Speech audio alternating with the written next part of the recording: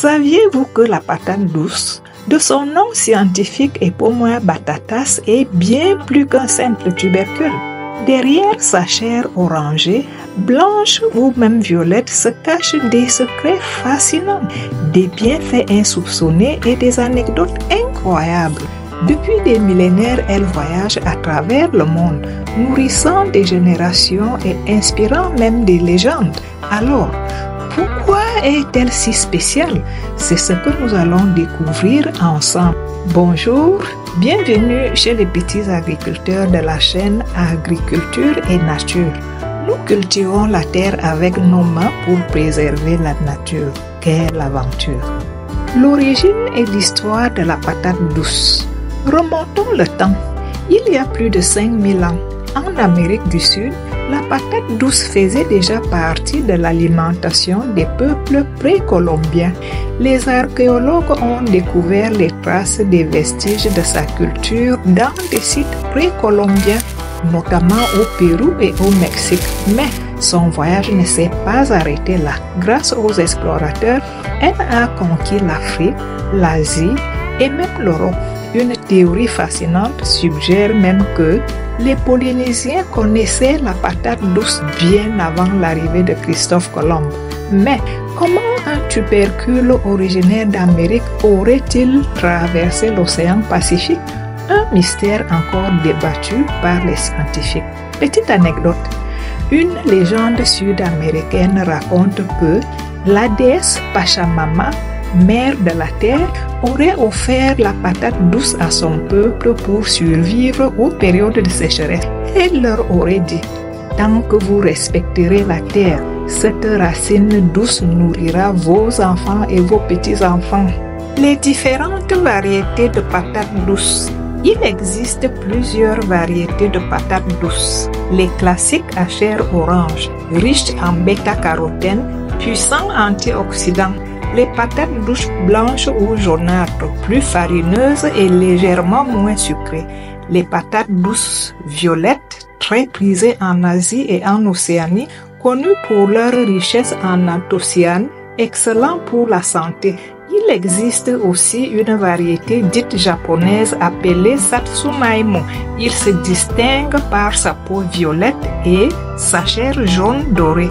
Elle est plus sucrée avec une texture légèrement noisettée, très populaire dans la cuisine japonaise, notamment en version grillée sous le nom de Yaki-imo.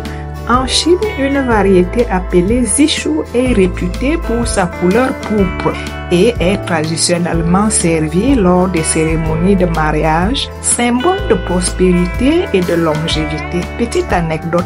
Pendant la Seconde Guerre mondiale, la patate douce a été un aliment qui a sauvé la vie de nombreuses populations de la famine en Asie et en Afrique. La patate douce, c'est une culture ultra résistante qui pousse en sol pauvre. Elle résiste bien aux sécheresses, ce qui en fait un aliment clé pour lutter contre l'insécurité alimentaire.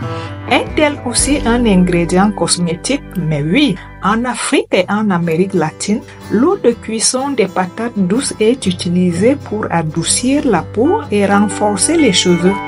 Les bienfaits nutritionnels et thérapeutiques de la patate douce. Véritable mine de nutriments, la patate douce est riche en fibres. Ces fibres favorisent une bonne digestion. Ses vitamines A et C renforcent le système immunitaire et améliorent la vision. Son indice glycémique est modéré, surtout si elle est bouillie, et dans ce cas, elle est adaptée aux personnes surveillant leur glycémie. La patate douce contient des effets anti-inflammatoires grâce à ses antioxydants naturels qui protègent contre le vieillissement cellulaire. Les usages culinaires de la patate douce à travers le monde. En Afrique, elle est consommée bouillie, en purée et sous forme de beignets. En Amérique latine, elle accompagne souvent des plats salés comme le ceviche. En Asie, elle est utilisée en dessert, notamment sous forme de pâtisserie, de crème et de boissons. Au Japon, la variété Satsumaimo est grillée et dégustée telle qu'elle. Autre petite anecdote, en Chine, Une variété appelée sichou est réputée pour sa couleur pourpre et est traditionnellement servie lors des cérémonies de mariage, symbole de la prospérité et de la longévité. Autre anecdote, saviez-vous que la plus grosse patate douce jamais récoltée jusqu'à ce jour pesait 37 kilos? Elle a été cultivée par un agriculteur américain, un véritable mastodonte du potager. En Haïti, il existe une croyance populaire selon laquelle planter des patates douces à minuit sous une pleine lune garantirait une récolte abondante. Tradition ou hasard, à vous de juger. La farine de patate douce, un trésor méconnu. Dans plusieurs pays d'Afrique, d'Asie et d'Amérique latine, la patate douce est transformée en farine. Cette farine sert à remplacer la farine de blé dans la pâtisserie et le pain. Préparer des bouillies nutritives riches en énergie et épaissir les sauces et les soupes.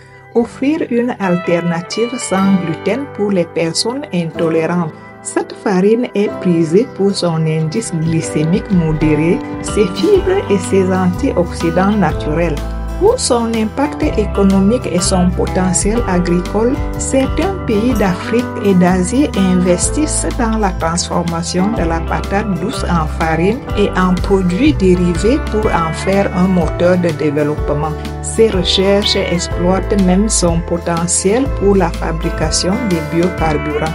En conclusion, qui aurait cru qu'un simple tubercule pouvait cacher autant de mystères? De ses variétés surprenantes à ses bienfaits, passant par son rôle économique et sa transformation en farine et d'autres dérivés, la patate douce est bien plus qu'un simple aliment. C'est un trésor pour la santé, l'économie et pour l'avenir. À bientôt pour une nouvelle découverte fascinante dans Agriculture et Nature, la chaîne des petits agriculteurs. En attendant, n'hésitez surtout pas de regarder nos précédentes vidéos.